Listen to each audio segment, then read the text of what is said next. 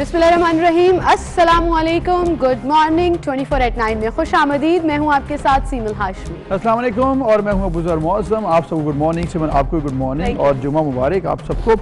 और इसके साथ साथ अगर हम बात करें धुंध की, मौसम की, तो आपने ये देखना है अगर कि किस कदर धुंध है तो सिर्फ आप टीवी स्क्रीन पर देखिए कि लाहौर की तमाम शाहराएँ, मोटरवेज और पंजाब के मुख्तलिफ इलाकों में इतनी शदीद धुंध है कि रास्ते क्लियर बिल्कुल नज़र नहीं आ रहे। बिल्कुल क्लियर रास्ते नज़र नहीं आ रहे। मोटरवेज को मुख्तलिफ मकामात से बंद भी किया गया है और सर्दी की शिद्दत में मुसलसल इजाफा भी हो रहा है। और ऐसे में बार बार ये हिदायत जारी की जा रही हैं कि गैर ज़रूरी सफ़र से इज्तनाब करें और अगर सफ़र करना बहुत ज़रूरी है तो तमाम SOPs, तमाम एहतियाती तदाबीर उनको ज़रूर ऑप्ट करें। गाड़ियों में येलो लाइट्स होनी चाहिए, फॉग लाइट्स का इस्तेमाल करें और साथ ही साथ स्पीड कंट्रोल रखें। इसके अलावा मौसम की शिद्दत की हम बात कर रहे हैं तो कश्मीर, गिलगित बल्तिस्तान और हमारे जितने भी पहाड़ी इलाके हैं वहाँ पर भी बर्फबारी जो है वो आज होने का दोबारा से इम्कान है। और बार बार ये कहा जा रहा है कि अभी थोड़ा अवॉइड करें इन एरियाज़ में। आप अगर सैर तफरीह के लिए जाना चाहते हैं तो मत जाएं। बिल्कुल, और सैर तफरीह तो इसलिए भी अवॉइड करनी चाहिए क्योंकि कोरोना है और कोरोना की वजह से SOPs की खिलाफ वर्जी आपने नहीं करनी है। और वहीं पर अगर देखा जाए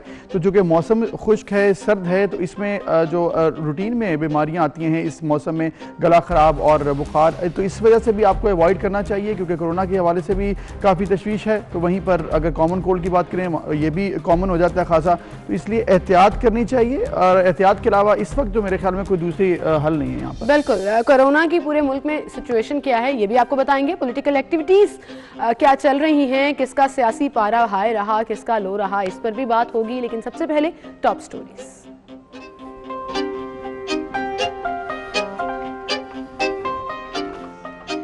PTI ने इलेक्शन कमीशन में फॉरेन फंडिंग केस का जवाब जमा करा दिया। फंडिंग में एजेंट्स को इमरान खान की वाज़ेह हिदायत थी कि सिर्फ उन जराए से फंडिंग हासिल करें जो ममनुआ ना हो। इलेक्शन कमीशन ने PDM के एहतजाज से एक दिन कबल नून लीग पीपल्स पार्टी को पार्टी फंडिंग केस में तलब कर लिया। नून लीग पीपल्स पार्टी को नोटिस जारी। सेनेट इलेक्शन केस में एहतियात से काम लेना होगा। सुप्रीम कोर्ट के बाद कोई एपलेट फोरम मौजूद नहीं। जस्टिस याहिया आफरीदी के रिमार्क्स। जस्टिस इजाजुल एहसन बोले, अदालत की तशरीह के सब पाबंद होंगे। कर्क मंदिर केस का मामला, खैबर पख्तूनख्वा हुकूमत ने लापरवाही बरतने वाले 18 पुलिस एहलकारों को सर्विस से बर्खास्त कर दिया जबकि 54 पुलिस एहलकार 1 साल के लिए मुअत्तल। आज उर्दू जबान की मारूफ गजल गो और सलाम गो शायर मौसम नकवी की 25वीं बरसी मनाई जा रही है। तो पॉलिटिकल एक्टिविटीज और foreign funding case, Pakistan Tehreek Insaf ने जवाब जमा करवा दिया है फॉरेन फंडिंग केस के हवाले से और ये तस्लीम किया कि इमरान खान की हिदायत पर अमेरिका में मुकर्रर करदा 2 एजेंट्स ने पार्टी के लिए गैर कानूनी फंडिंग की, लेकिन तहरीक इंसाफ ने तवील अरसे से कानूनी रुकावटें खड़ी करके फॉरेन फंडिंग केस को लटकाए रखा। मगर हालिया दिनों में ऑपोजिशन के एहतजाज के ऐलान के साथ केस पर कार्रवाई भी तेज हुई और माजी में इलेक्शन कमीशन को जमा कराए गए जवाबात में तहरीक इंसाफ ये दावा करती रही है कि पार्टी को किसी किस्म की गैर कानूनी फंडिंग नहीं हुई। मगर हालिया जवाब जो दाखिल कराया गया वो थोड़ा सा ढीला जवाब लगा। इलेक्शन कमीशन को जमा कराए गए जवाबात में तहरीक इंसाफ ने यह कहा कि इमरान खान की हिदायत पर अमरीका में फंडिंग जो की गई, 2 एजेंट्स को तैनात किया गया और उन्हें वाज़ेह हिदायत दी गई थी कि किसी भी फॉरबिडन यानी कि जो ममनुआ नहीं है उन जराए से ही फंडिंग इकट्ठी की जाए। बिल्कुल, अब ये तमाम सूरत हाल है, तहरीक इंसाफ पर पाबंदी आयद होती है या नहीं होती है ये मामला अलग। लेकिन दरख्वास्त गुजार जो थे अकबर एस बाबर, उसने इस पर कहा कि पहले PTI का मानना था कि उसने अमेरिका से गैर कानूनी फंडिंग ली ही नहीं, लेकिन अब वो गैर कानूनी फंडिंग का इल्ज़ाम एजेंट्स पर डाल रही है कि अगर ऐसा हुआ तो वो हल्फ बर्दारी की खिलाफ वर्जी है एजेंट्स की, क्योंकि हल्फ लिए गए थे। और स्क्रूटनी कमेटी ने PTI की मुबैना ममनुआ फंडिंग केस में दरख्वास्त गुजार अकबर एस बाबर और PTI के फराहम करदा दस्तावेजात के दुरुस्त होने या ना होने पर अपना फैसला भी अभी महफूज कर लिया है। बिल्कुल, और जो 20 जनवरी को सुनाया जाएगा तो अगले आने वाले कुछ दिन बड़े इंपॉर्टेंट होने जा रहे हैं क्योंकि PDM जो है वो प्रोटेस्ट करने जा रही है फॉरेन फंडिंग केस के ऊपर ही और इलेक्शन कमीशन के बाहर। उसके बाद ये फैसला भी सुनाया गया। उसके अलावा मुस्लिम लीग नून की नायब सदर जो है उन्होंने भी रद्द अमल दिया। जाहिर है जो अभी हालिया जवाब PTI की तरफ से जमा कराया गया तो उन्होंने कहा कि सिलेक्टेड ने अब अपना जुर्म मान लिया है और अब ये जो तमाम मुद्दा है वो एजेंट्स के ऊपर डाला जा रहा है। तो ये पूरे केस में क्या वाकई में पीटीआई की पोजीशन कमजोर हो गई? क्या वाकई में माजी के दायर किए गए जवाबात और जो अभी रीसेंट जवाब दायर किया गया है उसके अंदर कुछ डिफरेंस नजर आ रहा है? क्या ये जो पूरा एक स्कैंडल और मामला है ये वाकई खुलकर सामने आएगा? लेकिन ये तो भी वक्त क्योंकि अभी है और तारीखें भी डलनी है इसके ऊपर, फिर हमें चीज़ें वाज़ेह होनी है। लेकिन इसके अंदर जो कल डेवलपमेंट देखी कि फॉरेन फंडिंग केस के हवाले से नूनी का पीपल्स पार्टी को भी दे दिया गया कि आप भी आए जरा, क्योंकि फारूक हबीब ने दरखास्त जमा कराई थी कि ना सिर्फ पीटीआई के ऊपर अगर ये इल्ज़ाम है तो नूनी का पीपल्स पार्टी पे भी इल्ज़ाम है, तो उन्हें भी बुलाया जाए। तो अब 18 तारीख को पहले वो अपना जवाब जमा करवाएंगे या अपना मौके बताएंगे और 19 को फिर उधर ही एहतजाज करेंगे और 20 तारीख को डिसीजन सुनाया जाएगा। बहरहाल इस तमाम सूरत हाल पर हम बात करेंगे। हमारे साथ मौजूद हैं सीनियर तज्जियाकार सलमान आबिद साहब, उन्हें हम खुशामदीद कहेंगे। हम Salman sahab, a very good morning to you. वालेकुम सलाम जी, आप दोनों को बहुत बहुत शुक्रिया। बहुत शुक्रिया सलमान आबिद साहब। सलमान आबिद साहब, फॉरेन फंडिंग केस की बाज़गश्त तो हम बहुत से अरसे से सुन रहे हैं और चल रही है, सियासत हो रही है इस पर। मैं ये नहीं कहूंगी कि सिर्फ ऑपोजिशन की तरफ से, इवन गवर्नमेंट की तरफ से भी। और अब आप देखिए कि तीनों बड़ी पाकिस्तान की मेजर पार्टीज जिनसे जवाब मांगा गया, पाकिस्तान तहरीक इंसाफ का तो पुराना केस था तो उन्होंने जवाब दायर भी कर दिया। कैसा देखते हैं आप इस पूरे मामले को? देखिए, एक तो पाकिस्तान के अंदर ये जो फॉरेन फंडिंग है ना, चाहे वो सियासी जमातों की हो या मजहबी जमातों की हो, अमूमी तौर पे इसके बारे में बहुत से शकूक व शुबात बहुत पहले से मौजूद थे और कहा जाता था कि ये जो फॉरेन फंडिंग आती है ये बहुत ज्यादा ट्रांसपेरेंट तरीके से नहीं आती सियासी जमातों को या मजहबी जमातों को या समाजी तंजीमों को। इसी वजह से ये जब इमरान खान की जमात यानी तहरीक इंसाफ के बारे में ऐसे बाबर साहब हैं, उन्होंने जब ये मौक़िफ़ उठाया था तो उसी वक्त ये मामला था जरूर कि कहीं ना कहीं कोई एरर तो जरूर हुआ है। और जैसे आज आपने कहा कि उन्होंने खुद कहा कि ये मामला हमारे जो एजेंट्स हैं उनके मदद के साथ अगर कोई हुआ है तो ये हुआ है। और आप देखिए, अब इसको दो हिस्सों में देखने की जरूरत है। एक ये कि क्या बराह रास्त पॉलिटिकल पार्टी यानी पाकिस्तान तहरीक इंसाफ इस इल्जाम के अंदर मुलव्वस है, एक चीज, और दूसरा ये कि कई उनके कुछ एजेंट्स जो हैं वो इसके अंदर मुलव्वस हैं। ये दो मुख्तलिफ बातें हैं, एक बात ध्यान में रखिएगा। देखना यह है कि पॉलिटिकल पार्टी खुद कॉन्शियसली कितनी इसके अंदर इंगेज है, इस बात को अदालतों ने रिव्यू करना है, एक बात। दूसरी बात एक ध्यान में रखिएगा कि कभी भी किसी मामले को पॉलिटिकल आइसोलेशन में देखने की जरूरत नहीं है। अगर इमरान खान साहब के ऊपर या उनकी जमात के ऊपर ये इल्जाम साबित होगा तो आप देखिएगा, और जैसे अभी आपने अपने इंट्रो में भी कहा कि जो बाकी दो जमातें हैं वो भी अपने आप को बचा नहीं सकेंगी, क्योंकि पाकिस्तान तहरीक इंसाफ के मुकाबले में पाकिस्तान मुस्लिम लीग नून जो है उसने बहुत ज्यादा फंडिंग बाहर से ली है। सही। और किस अंदाज से ली है उसकी। लेकिन सलमान साहब, आप यही कह रहे हैं कि ये मामला अगर इसकी स्क्रूटनी करी जाएगी तो फिर ये बड़ा गहरा जाएगा, क्योंकि जब गुज़िश्ता सालों में अब तो FATF की वजह से जरा मनी लॉन्ड्रिंग और इसके अलावा जो ट्रांजैक्शंस हैं उसको देखा जा रहा है, वरना पहले तो ट्रांजैक्शंस को देखा नहीं जाता था, कहाँ से आया पैसा, कहाँ गया पैसा। अब अगर ये स्क्रूटनी होती है तो फिर क्या होगा आइंदा आने वाले सालों में, इसका इम्पैक्ट क्या हो सकता है? देखिए, दो बातें हैं। एक तो ये कि मैं कोई फौरी फैसला नहीं देख रहा, तो कोई ऐसा फैसला आ जाएगा जिसकी बुनियाद पे किसी जमात को जो है ना जुर्म करार देकर उनको नाहिल करार दे दिया जाएगा। ये आने वाले कुछ महीनों में ऐसा कुछ नहीं होने वाला। अभी इस केस ने बहुत आगे चलना है और फर्दर इसने बहुत ज्यादा इन्वेस्टिगेट होना है और इसमें एक बड़ा लंबा टाइम है। और जैसे इन्होंने बड़े कॉन्शियसली पाकिस्तान तहरीक इंसाफ ने बाकी जमातों को इसमें एंगेज कर दिया है, यानी इस पंडोरे में कोई एक जमात नहीं है, काफी जमातें आ जाएंगी। तो ये एक बड़ा लंबा खेल है जिसने अभी चलना है। अलबत्ता इसका इम्पैक्ट ये होगा कि आने वाले दिनों में, आने वाले अरसे में बाकी जमातें भी और खुद तहरीक इंसाफ जो भी जमातें बाहर से फंडिंग लेती हैं या वो मजहबी जमातें लेती हैं, उनको बहुत ज्यादा ट्रांसपेरेंट और बहुत ज्यादा कॉन्शियस होना पड़ेगा। क्योंकि जैसे आपने खुद बताया कि FATF के बाद ये मामलात में जो है ना बड़ी हसासियत पाई जाती है कि पैसे कहाँ से आ रहे हैं, किस जरिए से आ रहे हैं, क्या तरीकाकार है, कौन देने वाला है, तो ये सारे सवालात उठेंगे। मैं तो इसको एक बड़ा पॉजिटिव एंगल के तौर पे देख रहा हूँ पाकिस्तान की फ्यूचर पॉलिटिकल पार्टीज की ट्रांसपेरेंसी के कॉन्टेक्स्ट में। मैं इसमें से कोई बहुत बड़ा तूफान जो है ना वो उठता हुआ नहीं देख रहा कि हम ये कहें कि अच्छा जी फला जमात पे बैन लग जाएगा और फला जमात जो है उसमें बच जाएगी। मुझे लगता है भी ये मुकदमा बहुत आगे चलेगा और जब आगे चलेगा फाइनली जहां कहीं जाके बात निकलनी है वो ये है कि सियासी जमातों को अपने आप को ट्रांसपेरेंट करना है और फंडिंग लेने के मामले में ज्यादा ट्रांसपेरेंसी और ज्यादा अकाउंटेबिलिटी के जो प्रोसेस है उनको सामने लाया जाए। बिल्कुल, and I think Salman Abid साहब, इट्स वेरी मच फेयर कि आप जब अकाउंटेबिलिटी करते हैं, चाहे आप गवर्नमेंट में हो, जब भी आपकी गवर्नमेंट रही हो और अकाउंटेबिलिटी का आपने नारा लगाया हो, तो आपको खुद भी अकाउंटेबल होना पड़ेगा ना, आपको खुद भी बताना पड़ेगा, मनी ट्रेल खुद अपनी पार्टी की भी देनी पड़ेगी। तो it's very much fair, but let's see election commission इस पर क्या डिसीजन लेती है। दूसरी तरफ पीडीएम जो प्रोटेस्ट करने जा रही है और इजाजत दे दी गवर्नमेंट ने, वज़ीर दाखिला शेख रशीद साहब कहते हैं हम नहीं रोकेंगे प्रोटेस्ट करने से, करें प्रोटेस्ट और ना ही किसी किस्म की कोई रुकावट डालेंगे बीच में।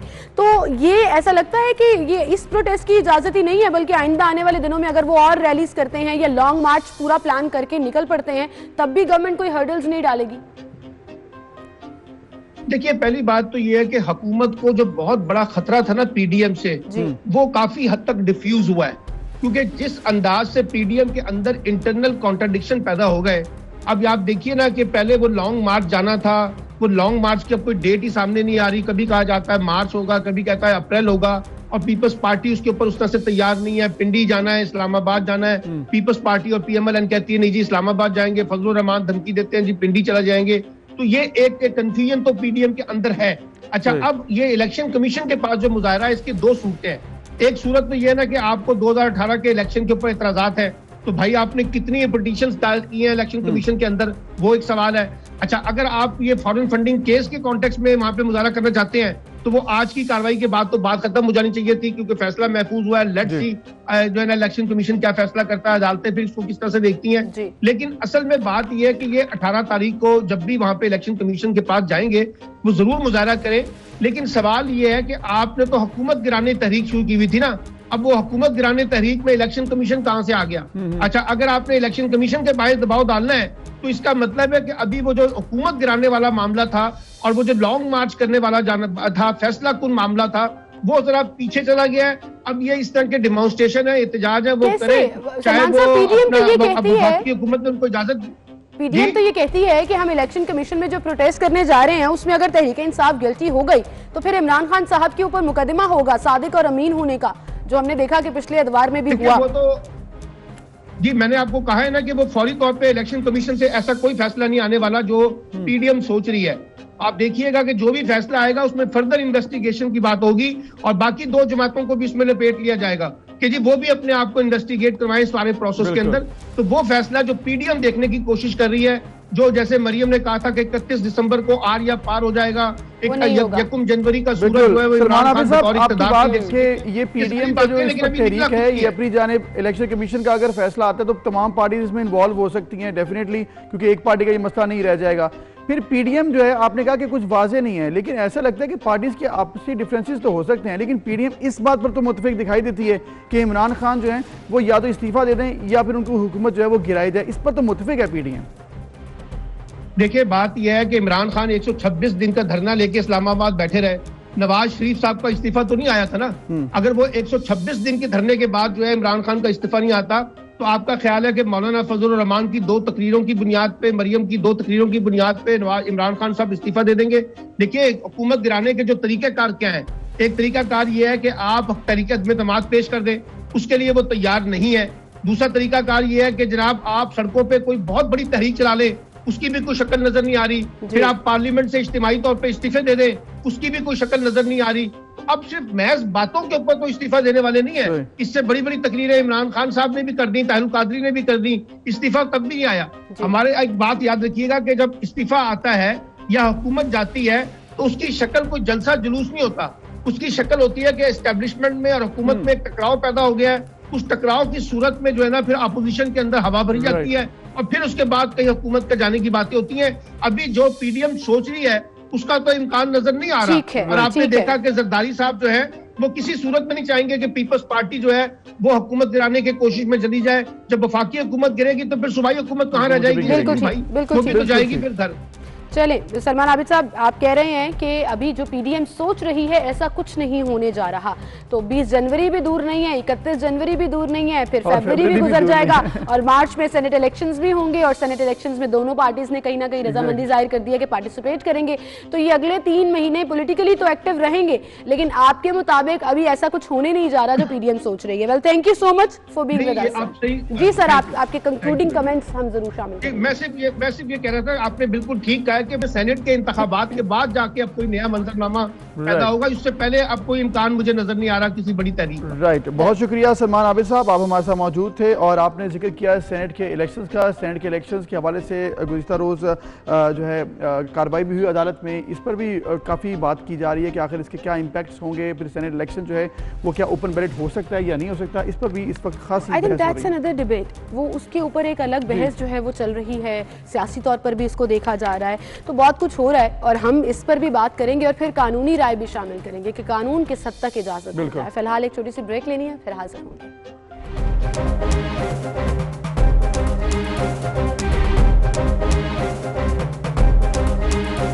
वेलकम बैक नाज़रीन। ब्रेक पर जाने से पहले हमने बात की सेनेट इलेक्शंस की, क्योंकि तमाम पार्टीज अब मुत्तफिक हैं कि सेनेट इलेक्शन होने हैं, लेकिन इसके अलावा एक और मामला जिस पर अभी मुत्तफिक नज़र नहीं आते वो है क्या सेनेट इलेक्शन जो है वो ओपन बैलेट या शो ऑफ हैंड्स के जरिए हो सकते हैं या नहीं हो सकते। इसके लिए रेफरेंस, सदारती रेफरेंस दायर किया गया विफाकी हुकूमत की जानिब से, सदारती रेफरेंस जिसमें कल एक अहम समाअत भी हुई। जस्टिस एजाजुल एहसन ने कहा है कि पार्लियामेंट कानून बनाती है और अदलिया उसकी तशरीह करती है और अदालत की तशरीह जो भी होगी सब उसके पाबंद होंगे। सुप्रीम कोर्ट ने यह भी कहा कि सेनेट इंतखाबात और ओपन बैलेट से करवाने के मुतालिक जो सदारती रेफरेंस की समाअत थी उसके दौरान जो अटॉर्नी जनरल ने दलाइल दिए, उन्होंने कहा कि मुतादिद मरतबा सुप्रीम कोर्ट सियासी मामलात की तशरीह कर चुकी है, अदालत के पास इख्तियार है कि वो किस तरह आर्टिकल 226 की तशरीह करती है।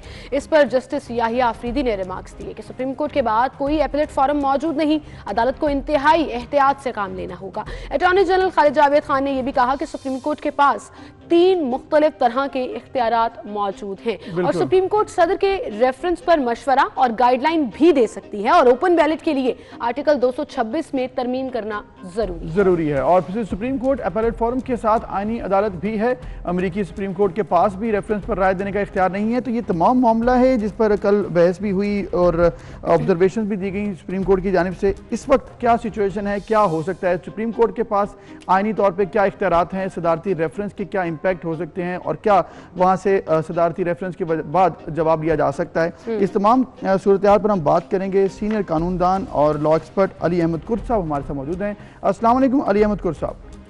जी अस्सलाम वालेकुम सर, आप कैसे हैं जनाब? बहुत शुक्रिया जी, हम ठीक ठाक हैं अल्लाह। अली अहमद कुर्द साहब, ये अहम मामला सेनेट इलेक्शंस का और फिर जो सदारती रेफरेंस है उसमें आप बताइएगा कि जो कल कहा गया कि सुप्रीम कोर्ट के पास 3 इख्तियारात हैं और जो भी इसकी तशरीह होगी उसके फिर सब पाबंद होंगे, ये मामला आखिर किस तरफ जा सकता है, इसमें हो क्या सकता है मैक्सिमम? देखिए सर, इसमें गुजारिश ये है, जो रेफरेंस उन्होंने अटॉर्नी जनरल साहब ने सदर साहब की तरफ से जो फाइल किया है वो हमारे आइन में 186 में एडवाइजरी जो उनकी जुरिस्डिक्शन है सुप्रीम कोर्ट के, ये उस आर्टिकल के तहत दाखिल की है और ये बहुत हमारी तारीख में बहुत पहले 1-2 दफा, सिर्फ एक पहली दफा ये एडवाइजरी जो ओपिनियन थी सुप्रीम कोर्ट की वो नेशनल अवामी पार्टी के हवाले से तलब की गई थी। दूसरा रेफरेंस जरदारी साहब ने फाइल किया था भुट्टो साहब के जो जजमेंट है उसको रिविजिट के लिए। अब ये फाइल जो रेफरेंस फाइल हुआ है इसमें देखिए हमारी अदालतें, हाई कोर्ट्स और सबसे बड़ी अदालत जो है सुप्रीम कोर्ट, वो कानून और आइन की जो आर्टिकल्स हैं उनकी तशरीह के लिए अपनी तरफ से कोई आइन में कोई आर्टिकल ना तो ये डाल सकते हैं ना कोई आर्टिकल निकाल के बाहर निकाल सकते हैं। Obviously. अब सिर्फ ये मांगा गया है, उसमें आर्टिकल 226 में वाज़े तौर पे कहा गया है कि तमाम elections, all the elections to the constitution, वो सारे इलेक्शन जो कॉन्स्टिट्यूशन से मुतल्लिक हैं उनमें मास प्राइम मिनिस्टर और वज़रा आला के बाकी तमाम इलेक्शन जो है वो सीक्रेट बैलेट के तहत होंगे। अब हमारी जो हुकूमत है या सदर साहब वो चाहते हैं कि ये ओपन बैलेट के हो, तो इसमें मसला ये है कि एक वाज़े आर्टिकल को सुप्रीम कोर्ट उसकी तशरीह करेगी, उस तशरीह को बदल तो नहीं सकती ना। सीक्रेट वोटिंग को ओपन बैलेटिंग में तो नहीं ला सकती है। तो इस लिहाज से मैं समझता हूँ सुप्रीम कोर्ट के लिए बिल्कुल उन्होंने बहुत सही कहा कि बहुत ज्यादा एहतियात की जरूरत है। बिल्कुल। और कुछ साहब आपने कहा बहुत ज्यादा एहतियात की जरूरत है और फिर आइन आर्टिकल की तरमीम की भी बात हो रही है, तो फिर ऐसा लग रहा है कि ये मामला पार्लियामेंट में ही सॉर्ट आउट होगा और पार्लियामेंट को ही अपना रोल प्ले करना होगा अगर उन्होंने ओपन बैलेटिंग करनी है तो। देखिए, ये आइन जो बना था वो हमारी कॉन्स्टिट्यूएंट असेंबली थी। आज की असेंबली में और उस वक्त की असेंबली में एक बहुत बड़ा वाज़ेह फर्क है। कॉन्स्टिट्यूएंट असेंबली जो थी वो आइन बनाने के लिए वो इलेक्शंस हुए थे, लिहाजा उस वक्त जितने भी एमएनए थे उनके सामने सिर्फ एक और बहुत वाज़ेह एक काम मौजूद था, वो ये था कि आइन की तशकील। लिहाजा उनकी अकल दानिश और उनके सोच समझ बूझ आज के बड़े एहतराम के साथ आज के एमएनए और उनसे जो है ज्यादा, क्योंकि उनके सामने एक पर्पस था और उन्होंने वो पर्पस बहसन खूबी पूरा किया और 1973 का कॉन्स्टिट्यूशन तख्लीक किया।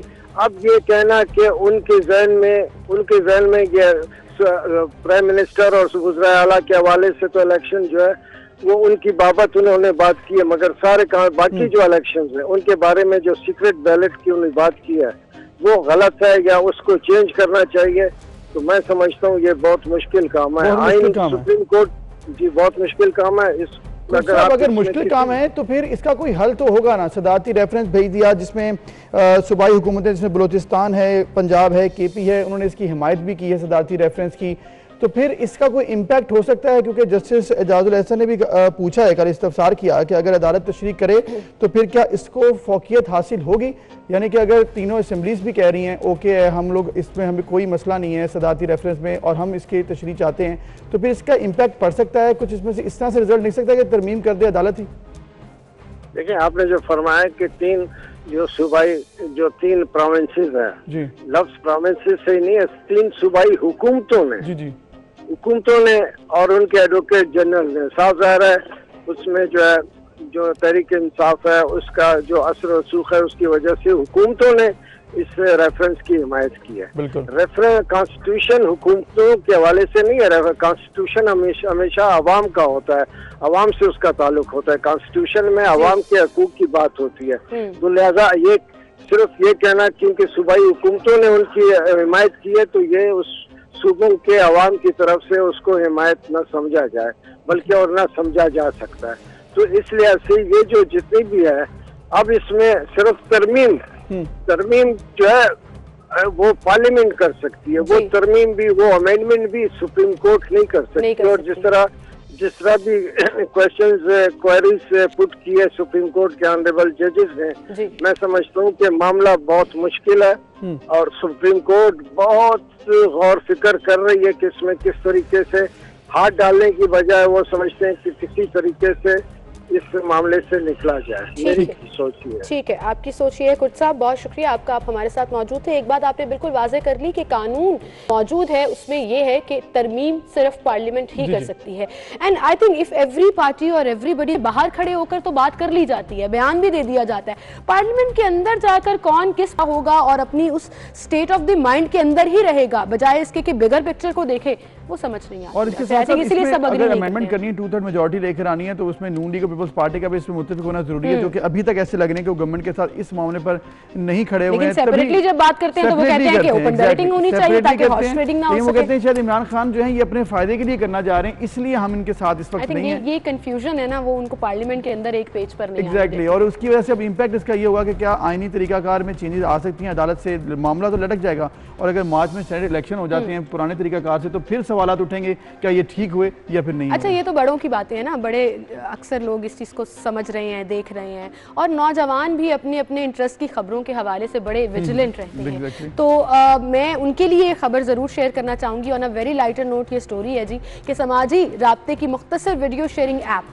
टिकटॉक, वैसे आप टिकटॉक पर नहीं हैं जी, और यही बात आप मुझे भी कह सकते हैं कि मैं टिकटॉक पर नहीं हूँ। हाँ बिल्कुल, ठीक है, लेकिन बहुत से लोग और हमारी यंग जो लॉट है, खासतौर पर टीनेजर्स, वो टिकटॉक पर बड़े फेमस मतलब उनके लिए बड़ों के लिए कानून अलग ही, छोटों के लिए कानून बन गया बेसिकली। हाँ, अब कानून जो बना है ना उन टीनेजर्स के लिए वो थोड़ा सा मुश्किल होने वाला है उनके लिए। तो मैं सोच रही थी कि हमारी पाकिस्तानी कौम कहाँ कहाँ जुगाड़ लगाएगी, उस पर तो हम बात करते हैं, लेकिन कानून ये बना है कि 18 साल से कम उम्र जो सारिफीन हैं उनके लिए नई पॉलिसी मुतारिफ करा दी गई है। और टिकटॉक की जानिब से जारी की जाने वाली ये पॉलिसी में बताया गया है कि 18 साल या उससे कम उम्र के सारिफीन जो हैं उनके लिए पॉलिसी में अहम तब्दीलियां की गई हैं। और नई तब्दीलियों के तहत अब 18 साल या उससे कम उम्र बच्चों के अकाउंट्स पब्लिक करने की बजाय प्राइवेट कर दिए जाएंगे और 15 साल की उम्र तक के बच्चों के अकाउंट पर वीडियो डाउनलोड करने की सहूलत भी अब खत्म कर दी जाएगी। अच्छा, ये बड़ा सरप्राइजिंग होगा कि आप प्राइवेट कर देंगे अकाउंट, लोगों के इतने फॉलोअर्स हैं, इवन टीनेजर्स में लोगों के लाखों में फॉलोअर्स हैं, तो अगर अकाउंट प्राइवेट हो गए तो दैट मीन्स कि कोई फॉलो नहीं कर सकेगा। फिर टिकटॉक के मुताबिक 15 साल या उससे कम उम्र बच्चे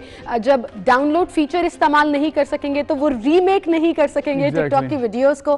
फिर 16 से 18 साल तक की उम्र के बच्चों को ये सहूलत वो दे रहे हैं और कंपनी ने यह भी बताया कि इस सहूलत को इस्तेमाल करने के लिए उन्हें अपने मेन्यू और सेटिंग्स में जाकर तब्दीली करना होगी। और फिर कंपनी की जानिब से भी बताया गया है कि उम्र का तयन अकाउंट बनाते वक्त दर्ज की जाने वाली तारीख पैदाइश पर किया जाएगा। जिन अकाउंट्स पर पाबंदी आयद की गई है उन्हें बजरिया नोटिफिकेशन आगाह भी कर दिया जाएगा। चाहिए जो बताया जाएगा, अब यहाँ पर मामला होता है सादिक और अमीन होने का कि क्या नहीं, लेकिन मैं आपको एक बात बताऊं, क्योंकि ऑलरेडी अकाउंट्स एग्जिस्ट कर रहे हैं, लोगों ने अपने ईमेल अकाउंट्स या फेसबुक अकाउंट्स के साथ लिंक करके टिकटॉक को एस्टेब्लिश किया होता है और आप ये डेट ऑफ बर्थ अपनी दे चुके हैं।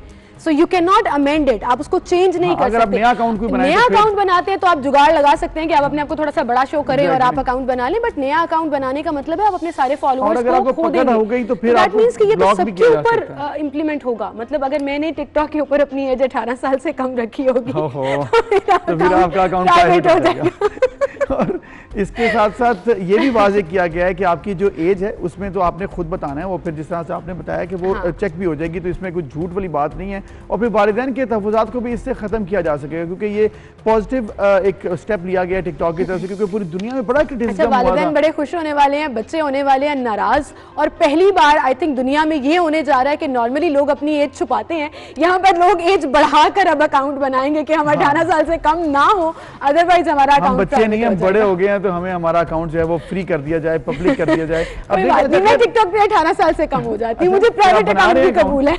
मैं वैसे फॉलो करता था, बड़ी देर तक फॉलो करता हूँ, बड़ी इंटरेस्टिंग वीडियोस होती थी टिकटॉक पे। बच्चे बड़े एक्टिव हैं, बड़े इम्प्रोवाइज करते हैं, बच्चों के लिए कोई अच्छी खबर नहीं। लेकिन हमेशा इन चीजों को पॉजिटिव अगर रखा जाए ना तो बड़ा सही होता है। होता क्या मामला, जब आप इसको नेगेटिव यूज करते हैं उसका फिर इम्पैक्ट सोसाइटी पे नेगेटिव आता है, इसी वजह से बात फिर जो है बिगड़ जाती है। आई थिंक नेगेटिव यूज भी नहीं कर सकेंगे, उसको एक्सटेंड भी नहीं कर सकेंगे, ना आप वीडियो डाउनलोड कर सकते हैं, आपका अकाउंट भी प्राइवेट हो जाएगा। बड़ा अफसोस हुआ, बट आई थिंक ये बड़ा जरूरी था आप लोगों के लिए। एक ब्रेक, फिर मिलते हैं।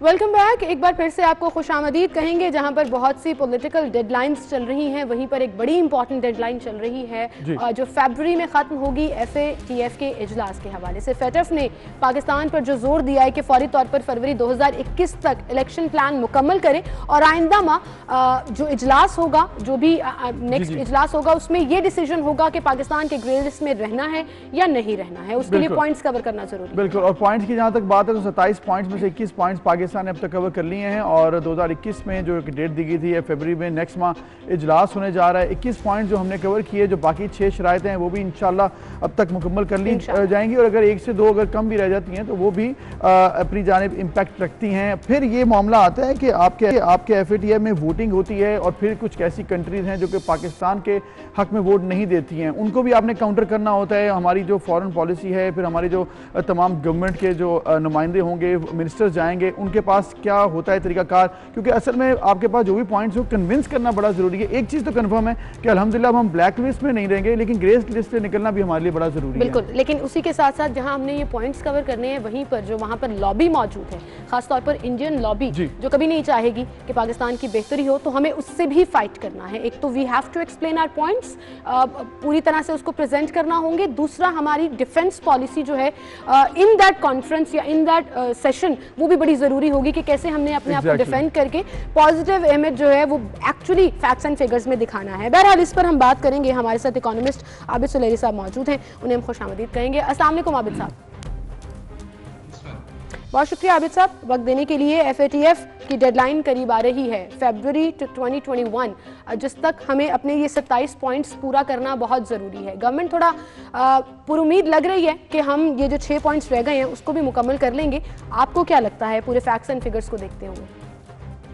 देखिए, अगर पाकिस्तान का अब तक का ट्रैक रिकॉर्ड देखें, 2018 में जब से पाकिस्तान को इस वॉच लिस्ट में, जिसको ग्रे लिस्ट कहा जाता है, रखा गया, तो बदरजा उत्तम पाकिस्तान के जो एक्शंस हैं against money laundering and against terrorism financing, उनमें इम्प्रूवमेंट जो है वो आ रही है। कोविड की वजह से जो प्लानिंग थी जो कि पिछले 2020 में होनी थी, वो नहीं हो पाई और पाकिस्तान को थोड़ा सा एडिशनल टाइम जो है वो मिल गया कि अपने लॉस को मजीद बेहतर कर सके, अपने प्रोसिक्यूशन को मजीद बेहतर कर सके। और मुझे काफ़ी उम्मीद है कि फरवरी में जब एशिया पैसिफिक ग्रुप और फैटफ की प्लेनरी मीटिंग जब होती है तो पाकिस्तान के इन जो इकदाम है उसको सराहा जाएगा और पाकिस्तान को फॉर्मली ग्रे लिस्ट से वाइट लिस्ट में ट्रांसफर कर दिया जाएगा। अब वहाँ पे थोड़ी सी पॉलिटिकल मैनूवरिंग ये होती है कि 39 मेंबर्स का जो ग्रुप है फाटक, उसमें 3 वोट चाहिए होते हैं पाकिस्तान को ब्लैक लिस्ट में जाने से बचने के लिए, और वो 3 जो हैं वो मलेशिया, टर्की और चाइना की शक्ल में पाकिस्तान के साथ खड़े हैं, पाकिस्तान के 3 दोस्त ममालिक। इनके अलावा 9 मजीद वोट चाहिए होंगे, यानी 12 वोट हमारे पास होंगे तो हम फॉर्मली ग्रे लिस्ट जो है उससे बाहर आ सकेंगे।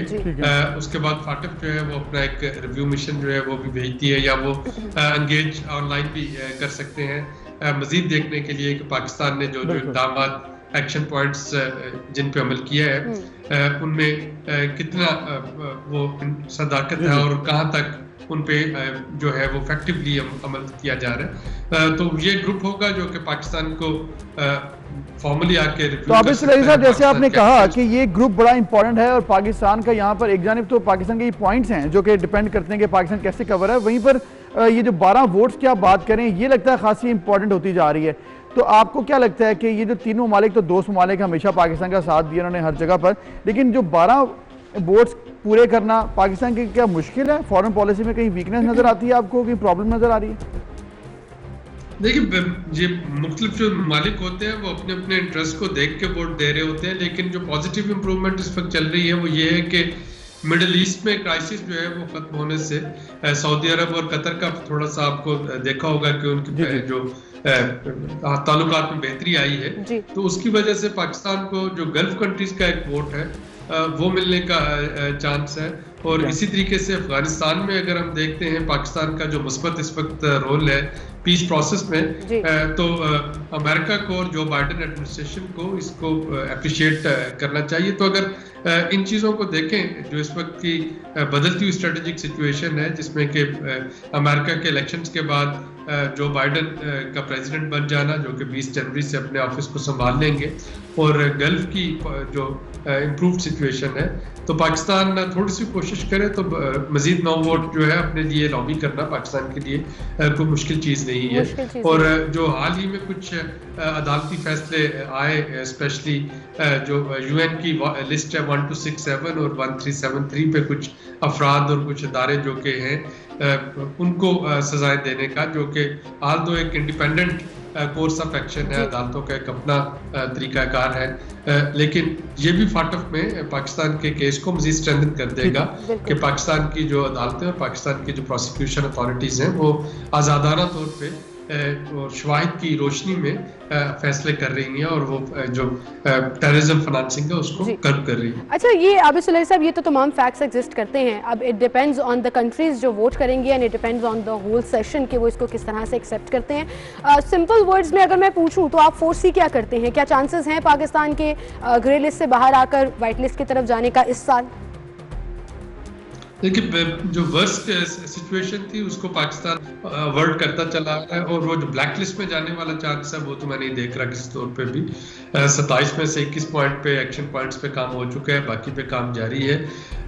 जो अमली तौर पे पाकिस्तान के अंदर काम होने थे वो तो हो चुके, यानी एक्शन पॉइंट्स पे अमल जारी है। अब जो एक्सटर्नल फ्रंट पे काम है कि आप लॉबी कितनी सक्सेसफुल कर सकते हैं और दोस्त ममालिक अपने दोस्त ममालिक को कहते हैं या नहीं कहते, वो हमारे फॉरेन ऑफिस उस पर कोशिश कर रहे हैं और हुकूमत कोशिश कर रही है, और यकीनन अल्लाह करे कि हम इस ग्रे लिस्ट से व्हाइट लिस्ट में अल्लाह करे, और ये थोड़ा सा इसका दारोमदार एक्सटर्नल फैक्टर्स पे है और उसको देखना होगा।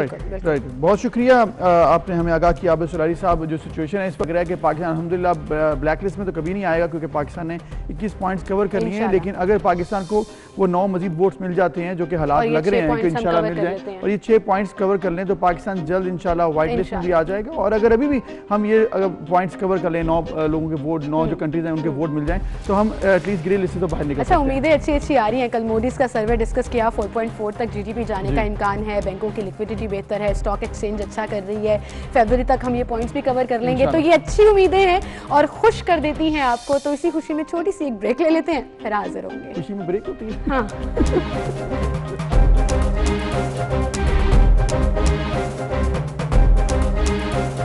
वेलकम बैक नाज़रीन।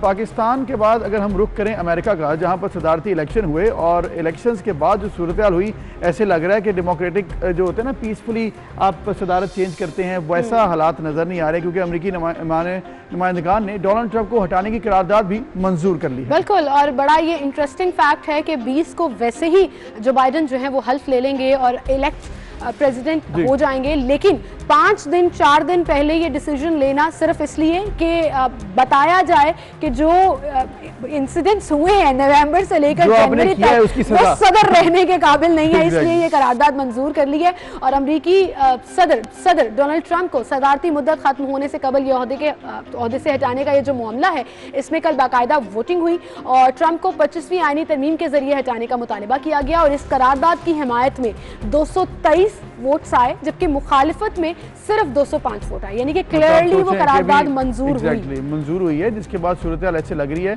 कि अमेरिकी नुमाइंदगान ट्रंप को हटाने की करारदाद जो मंजूर की है, उससे एक बहुत बड़ा मैसेज जाएगा, जो कि अमेरिका में रिपब्लिकन्स के लिए भी बड़ा अहम है। जबकि अमेरिकी नायब सदर माइक पेंस डोनाल्ड ट्रंप को हटाने के मुतालबे को मुस्तरद कर चुके हैं, क्योंकि वो समझते हैं कि गैर इखलाकी तरीका कार है, गलत रवायात हैं, और फिर उन्होंने ये भी कहा है कि अमेरिकी मीडिया के मुताबिक सदर डोनाल्ड ट्रंप कानूनी कार्रवाई से बचने के लिए मुआफ़ी मांग सकते हैं। जबकि दूसरी जानिब अमेरिकी सदर डोनाल्ड ट्रंप का ये भी कहना था कि मेरे मुआवजे से अवाम में गम गुस्सा भी पाया जाता है, और वो गम गुस्से की कुछ झलकियां हमने देखी जब अवाम प्रोटेस्ट करते करते कैपिटल हिल के अंदर दाखिल हो गए, तोड़ फोड़ हुई, और फिर एक पूरा पैनिक की सी सिचुएशन जो है, जो अमेरिका ने अपनी हिस्ट्री में शायद नहीं देखा, वो क्रिएट हो गई। वाज़ेह रही कि आईनी तदवक्त ये जो इस्तेमाल हो सकती है जब सदर नाअहल और ओहदा छोड़ने पर राजी ना हो, और ये तरमीम किसी भी अमरीकी सदर को ज़बरदस्ती ओहदे से बरतरफ करने की ताकत रखती है। और चंद रोज़ कबल जो सिचुएशन हुई ट्रंप के हामियों की तरफ से, उसके नतीजे में आज आप अगर वाशिंगटन और कैपिटल हिल की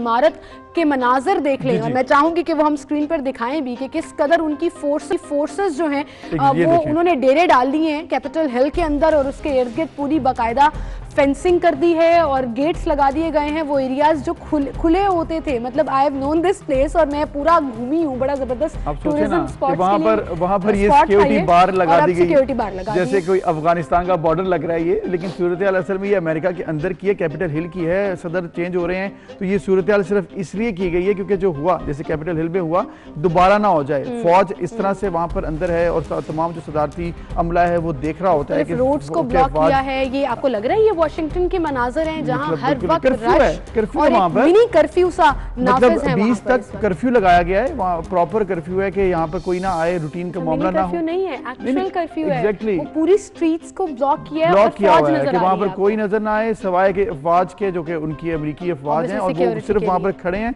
और वो इस तरह के तमाम सूरत हाल से बचने के लिए जो कि पहले कैपिटल हिल में देखी, जो कि वाकई बड़ी परेशान कुन थी। इस तरह से आपके कॉरिडोर्स में से फौज गुजर रही है, डेमोक्रेसी है अबू सर, मतलब आप इक़्तिदार मुंतकिल करना डेमोक्रेसी को बचाने के लिए हम ऐसे अच्छा डेमोक्रेसी को बचाने के लिए फौज आ गई और उन्होंने कहा कि हम सिक्योरिटी जो है वो प्रोवाइड करेंगे यहाँ पर। और हमने देखा कि पिछली दफ़ा जो मनाजिर थे, किस तरह लोग पूरे ऑफिस के अंदर गए और कीमती चीज़ें भी तोड़ी और इतनी बात हुई, इतने लोगों, मतलब बड़ा अच्छा खासा काउंटर हुआ था। सो कैपिटल हिल के इर्द गिर्द तो पुलिस तैनात है ही, व्हाइट हाउस के इर्द गिर्द पुलिस फोर्सेस तैनात हैं ही, व्हाइट हाउस के इर्द गिर्द भी फोर्सेस तैनात हैं। और मुझे लगता है कि अब जो उसके बिल्कुल आसपास एक इंडिपेंडेंट टावर है जिसको पूरा एक पार्क की सी सूरत होती है, मुझे लगता है वो भी अब पूरा सिक्योर कर लिया गया कि कहीं पर कोई प्रोटेस्टर नहीं आ सकेगा। और 20 जनवरी को जो तकरीब है हल्फ बर्दारी की वो पुरअमन तरीके से हो और फिर जो इक़्तिदार है वो शिफ्ट हो जाए और फिर जो बाइडन है वो 40वें सदर के तौर पर मुंतखब हो जाएंगे। लेकिन अभी तक जो हुआ है वो इंतहाई परेशान कुन है। अब इसमें एक और चीज़ बड़ी इंपॉर्टेंट है कि डोनाल्ड ट्रंप जो है वो ट्विटर से भी उनको सस्पेंड किया हुआ है, उनके तमाम सोशल मीडिया अकाउंट्स की मॉनिटरिंग हो रही है, फेसबुक के ऊपर भी क्वेश्चन है और इंस्टाग्राम के ऊपर भी क्वेश्चन उनका बन गया कि क्या वो वाकई इस अहल हैं, जो उनका मेंटल स्टेट इस वक्त चल रहा है कि वो लोगों को इंसाइट कर रहे हैं ऑफेंस के लिए और फिर बाद में वो कहते हैं कि लोगों का गम और गुस्सा है, ऐसा तो होना था। तो ये बड़ी परेशान कुन सिचुएशन है, इसको हैंडल करना बड़ा जरूरी है। अगर अमेरिका में भी ऐसा हो सकता है फिर आप सोचें पूरी दुनिया में कहीं पर भी ऐसा हो जाए तो कोई एतराज नहीं किसी को होना चाहिए। लेकिन कुछ हैरत अंगेज चीजें बड़ी डिफरेंट भी होती हैं और इसी के साथ हम अपनी अगली स्टोरी की तरफ भी चलेंगे और आपको एक हैरत अंगेज बात बताएंगे कि पूरी दुनिया में इस वक्त सोशल डिस्टेंसिंग को फॉलो किया जा रहा है। बहुत से फेस्टिवल, बड़े बड़े फेस्टिवल्स जो हैं वो मुलतवी कर दिए गए। लेकिन अभी आपको एक इंटरेस्टिंग स्टोरी हम ये बताएंगे कि एक फिल्म फेस्टिवल हुआ और ये फिल्म फेस्टिवल अपने ही नौयत का एक अलग फिल्म फेस्टिवल था जो स्वीडन के एक जजीरे पर एक फिल्म बीन मदा को मौका मिलेगा कि वो पूरे जजीरे पर तन्हा रहेगा और 7 रोजा इस फेस्टिवल को एंजॉय करेगा। मतलब ऐसी सोशल डिस्टेंस के वहाँ पर वाकई कोई भी ना हो और सिर्फ आप अकेले हों। और ये 7 रोजा क़याम के दौरान 60 मशहूर फिल्मों का प्रीमियर भी देख सकेगा ये शख्स। स्वीडन के मशहूर येतेबोरी फिल्म फेस्टिवल को इस साल मुख्तलिफ अंदाज में मुनक़िद करने का फैसला किया गया और इसके लिए पूरी दुनिया से एक खुश नसीब को स्वीडन मदऊ किया जाएगा और जहाँ पर वो एक जजीरे पर तनहा एक हफ्ता फिल्म देख सकेगा। मतलब कोई साथ ना होगा, फिर मेरा ख्याल है थोड़ा सा खौफ का भी शिकार हो सकता है। मतलब अकेले बैठे हैं कोई बात करने के लिए और अगर वहाँ पर कोई मौजूद हो तो फिर उसके लिए क्या सिचुएशन होगी? ऑब्वियसली सिक्योरिटी वहाँ पर होगी, पूरा क्रू हमला होगा। इस दौरान वो कोई किताब, लैपटॉप, फोन और दीगर आलात ले जाने की इजाजत नहीं होगी। जबकि 7 रोज में उसे 60 मशहूर फिल्में दिखाई जाएंगी और दिलचस्प बात यह है कि लाइट हाउस वाले एक छोटे से जजीरे का इंतखाब किया गया है जिसे खूबसूरत और ड्रामाई जगह भी करार दिया जा सकता है। तो बड़ा जबरदस्त आइडिया, बड़ा जबरदस्त आइडिया इम्प्रोवाइज किया है, एक इंटरेस्टिंग आइडिया। आप देखते हैं जब ये फिल्म फेस्टिवल होगा तो उसके बाद उस शख्स के क्या तासुरात, फिल्म देखने का क्या उसको मजा आया या नहीं आया, ये तो नहीं बता सकता। I find this name interesting, isolated cinema. Isolated cinema होगा जी, आप वहाँ पर अकेले होंगे। मैं तो ना देखूं, मैं कहूँ मुझे नहीं कुछ शौक है अकेले देखने का, बात करने के लिए का इतना शौक नहीं है और आप मूवीज देखने के बजाय आप मूवीज पढ़ना प्रेफर करते हैं। जी हाँ, ये शख्स ऐसे ही करते हैं। बहरहाल हम एक छोटी सी ब्रेक लेनी है, फिर हाजिर होंगे।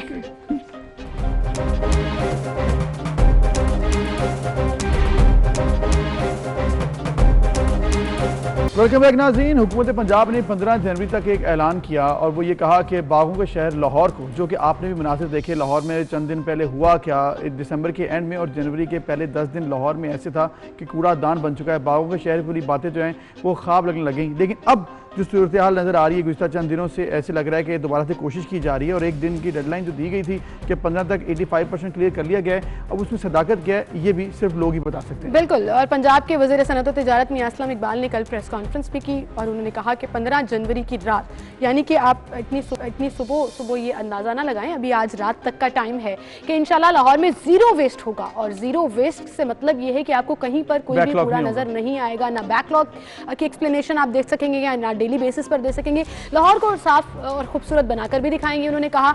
और साथ ही साथ ये भी कहा कि कूड़ा उठाने वाली खराब मशीनरी को फंक्शनल करने के लिए भी इकदाम कर रहे हैं। और आज रात तक लाहौर के शहर में, सड़कों पर, गली में, टाउन में कहीं पर भी आपको कूड़ा नजर नहीं आएगा। ये बड़ा जिसे कहते हैं ना कि भारी वादा था, एक भारी रिस्पॉन्सिबिलिटी भी थी। लेकिन क्या वाकई में इसके ऊपर अमल दरामद हो रहा है या नहीं, क्या वाकई में बैकलॉग क्लियर कर लिया जाएगा या नहीं कर लिया जाएगा, इस पर हम बात करेंगे।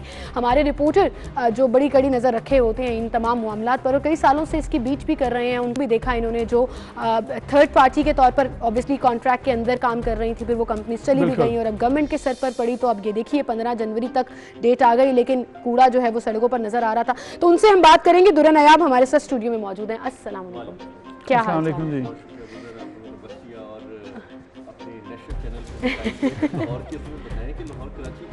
और कराची वाले ये तशवीश का इजहार कर रहे हैं कि अब क्या लाहौर कराची बन जाएगा और इतना गंद नजर आएगा सड़कों पर।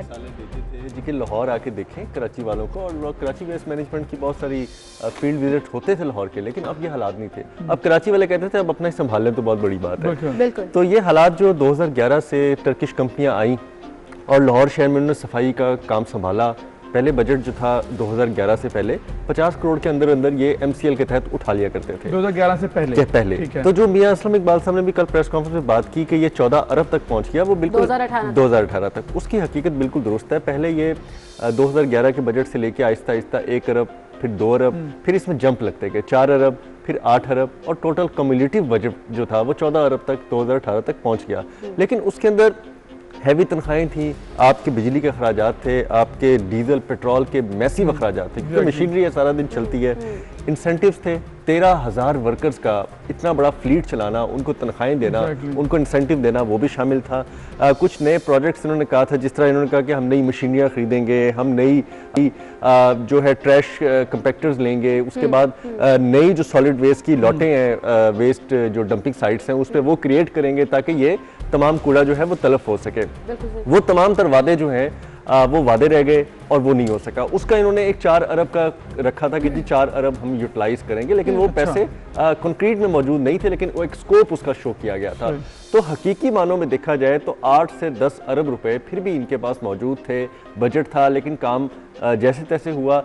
काम कहाँ बिगड़ा ये जानना बड़ा जरूरी है कि 2018 में जब कॉन्ट्रैक्ट खत्म हो रहा था तो उसको ये एडवांस के 3-3 महीने का कॉन्ट्रैक्ट जो है वो बिल्कुल। अब हम यहीं से कंटिन्यू करेंगे और इसी पूरी इशू को जो है वो हम आगे लेकर भी चलेंगे। और स्पेशली कल जो प्रेस कॉन्फ्रेंस की गई उसके बाद आज की जो डेडलाइन दी गई है, अब तो एक बैकग्राउंड के ऊपर हम बात करते हैं, लेकिन उसके साथ साथ ये भी बड़ा ज़रूरी है कि आप देख लीजिए कि इस बैकलॉग को ख़त्म करने के बाद आइंदा आने वाले दिनों में कंटिन्यू क्या रखना है। क्योंकि आप ये भी देखिए कि जो हमारे पास फिगर्स मौजूद हैं, करीबन 5,000 से 5,500 टन डेली बेसिस पर कूड़ा जनरेट हो रहा है। शहर के इकट्ठा होता है। इस वक्त लाहौर में 20,000 टन जो है वो बैकलॉग मौजूद था, 17 से 20,000 टन, ये 2-3 दिन पहले की बात है। फिर मियां असलम इकबाल साहब को टास्क दिया वज़ीर आला पंजाब ने कि आप आएँ और खुसूसी तौर पर इसको निगरानी में देखें। लेकिन मैं वही बैक कह रहा था कि आपके पास मिनिस्टर हाउसिंग भी है, मिनिस्टर लोकल गवर्नमेंट भी है।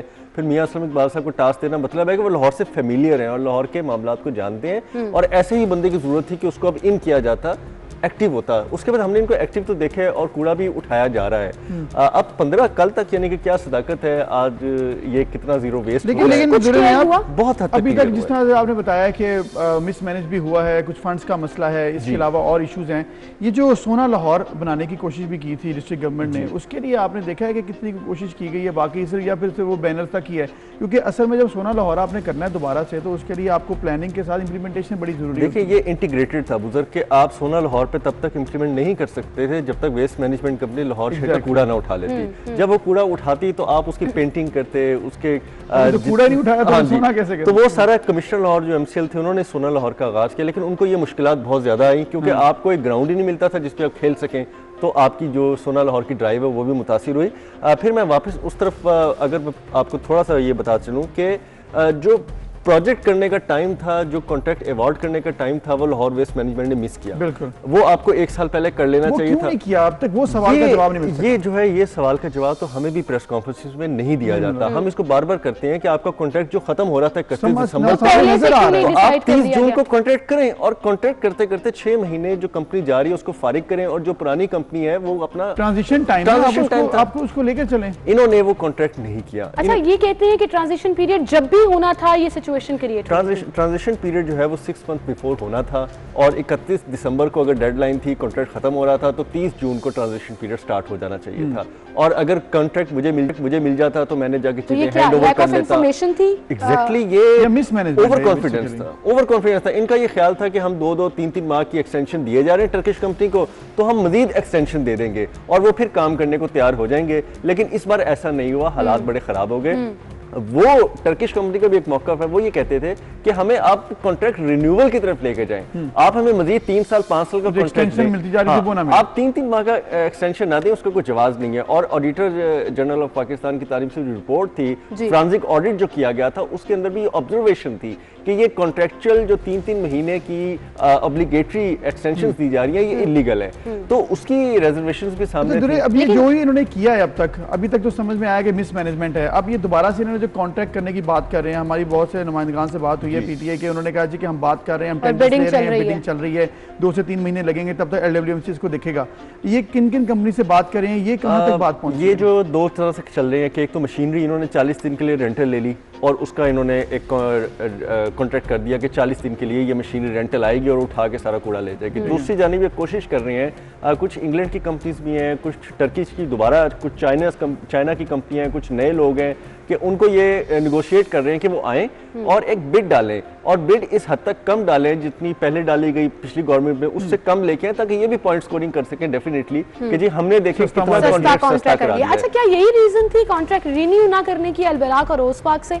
क्योंकि आप देखिए, चाहे 2011 से ये शुरू हुआ और बजट ज्यादा भी था और आपने कहा उसके अंदर और भी बहुत सी चीजें शामिल थी, बट उसके रिजल्ट्स ये थे कि आपको लाहौर की सड़कें साफ सुथरी नजर आती थी, एक्चुअल प्रैक्टिकली काम जो है वो होता हुआ नजर आता। असल में सिविल हुआ ये कि लाहौरियों को नहीं पता लगा कि ये दिल जो छोड़ के बैठी थी ना कंपनियां, और काम जो कम कर चुकी थी, अपनी मशीनरी को खड़ी कर चुकी थी और पीछे ले जा चुकी थी, ये तो 1 जनवरी 2020 से हो चुका था। आहिस्ता मामला They wanted to go as well, वो भी छोड़ना चाहती थी। जी बिल्कुल, वो छोड़ना चाहते थे और वो कहते थे कि हम काम इस सूरत में करेंगे कि आप हमारे साथ जो आपने 7 साल का कॉन्ट्रैक्ट किया था वो ना 7 साल का करें, मजीद 5 का कर लें, 3 का कर लें, हमें एक्सटेंशन ना दें, हमसे ये चीजें वाइड अप नहीं हो पा रही। उन्होंने मशीनरी खड़ी करना शुरू कर दी, उन्होंने स्वीपिंग छोड़ दी, उन्होंने मैकेनिकल वॉशिंग छोड़ दी, उन्होंने तमाम तर जो दिन में 3-3 दफा कूड़ा उठाया वो कम करके पहले 2 टाइम फिर 1 टाइम कर दिया। तो फर्क तो वहीं से पड़ना शुरू हो गया कि आपका कूड़ा उठाने का टाइम कम हो गया, मशीनरी खड़ी होनी शुरू हो गई, वॉशिंग खत्म हो गई। है, गलतियां तो उन्होंने कर दी, अब इसको बेहतर करने के लिए कोशिशें कर रहे हैं। अब आपको क्या लगता है कि बाकी जो कोशिशें कर रहे हैं इसमें कुछ हमें नजर आ जाएंगे रिजल्ट जल्द? देखें, फिर एक बात तो है कि कल भी इन्होंने माजी की गवर्नमेंट पे मलबा गिरा दिया है, मानते हैं, और हम तो पहले दिन से कह रहे हैं, मैंने आपको बैकग्राउंड में बताया कि ये कैसे 12 अरब से 14 अरब पहुंच गया, लेकिन क्या इसकी सजा लाहौरियों को देना मुनासिब है? और क्या इसकी सजा किसी भी शहरी को देना, चाहे वो कराची का शहरी है, किसी भी शहर का रहने वाला है? ये कूड़ा जो है वो उठाना ना उठाना इसकी जस्टिफिकेशन से किसी भी सिटी के आप हर चीज बर्दाश्त कर सकते हैं। सिविल आप और अबूजर आप पानी ना आ रहा हो तो आप स्टोर करके 8 से 10 घंटे गुजारा कर सकते हैं, मजीद ना आए तो 3 घंटे और गुजारा कर सकते हैं, बिजली ना आए तो आप सर्दियों के दिन में आप 8-10 घंटे भी जो ब्रेक डाउन हुआ लोगों ने गुजारा कर लिया।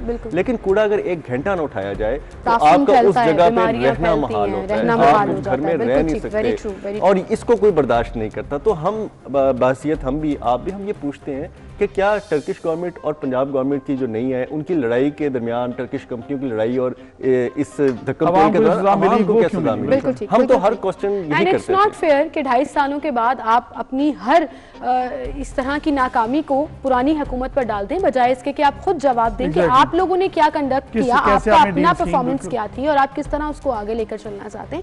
ये भी बड़ा मैटर करता है। थैंक यू जी दुरे। और सिमल, आप दूसरी बात एक आखिरी बात करना चाहता, आप ट्रांजिशन पीरियड में जा रहे थे, आपको मशीनरी 1 साल पहले हायर नहीं करनी चाहिए थी, आपको नई खरीदनी नहीं चाहिए थी, आपको प्रोक्योरमेंट उसकी करना तो बहुत कुछ चाहिए था, लेकिन वो होता नहीं है ना। अब की बात ठीक है कि मिस मैनेजमेंट जो है ना बहुत बड़ा मसला है और इतनी ज्यादा मुझे लगता है मिस इन्फॉर्मेशन उससे ज्यादा बड़ा मसला है कि आपको पता ही नहीं है कि आपने करना है।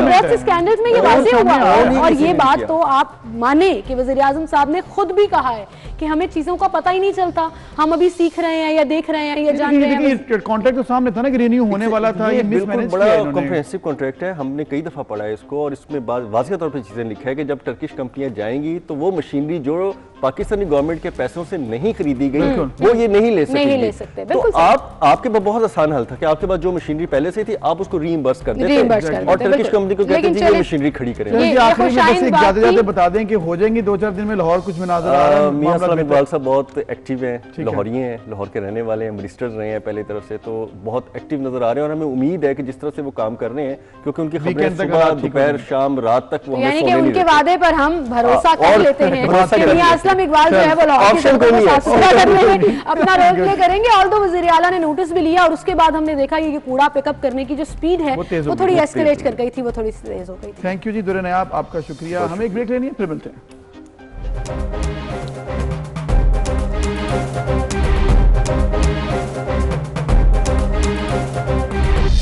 वेलकम बैक नाज़रीन। एक अहम खबर जो कि हमने देखी गुज़िश्ता चंद दिनों से कि एक बार फिर पेट्रोल की जो रेट्स हैं वो बढ़ने की खबरें आ रही थी, लेकिन अब ऐसे लग रहा है कि इसको अब देखेंगे प्रैक्टिकली ना होते हुए, क्योंकि जब देखा कि 11-12 रुपये रेट पर पेट्रोल बढ़ जाएगा तो फिर लोग परेशान भी खासे हुए। 16 रुपए की समरी जो है वो कहा गया था कि फॉरवर्ड की गई है, लेकिन ओगरा ने अब इसकी तरदीद कर दी और उन्होंने कहा कि ऐसी कोई समरी जो है वो हमने नहीं भेजी। और तर्जुमान ओगरा ने यह भी कहा कि ताहाल पेट्रोलियम मसनूआत की कीमतों में कोई समरी हुकूमत को नहीं भेजी। मीडिया पर चलने वाली खबरें महज क़यास आराइयां हैं और oil and gas regulatory authority ने यह अपील की है कि समरी भेजने की खबरें जो हैं वो एग्जिस्ट नहीं करती। हमने कोई समरी नहीं भेजी और 16 जनवरी से कीमतें महंगी नहीं हो रही। पेट्रोलियम मसनूआत की, वो चाहे पेट्रोल है, डीजल है, मट्टी ऐसे नहीं हो सकता। मुझे तो ऐसे लग रहा है कि ये जो 11 रुपये 95 पैसे की पहले खबर निकली, लोगों का रिएक्शन देखा, लोगों का रिस्पांस देखा, मीडिया पे खबरें आई, जराए के मुताबिक जो खबरें आ जाती हैं, और फिर देखा कि रिस्पांस खासा ज्यादा आने वाला है। परेशानी वाली बात तो कहती नहीं ऐसी कोई बात नहीं, अफवाह थी,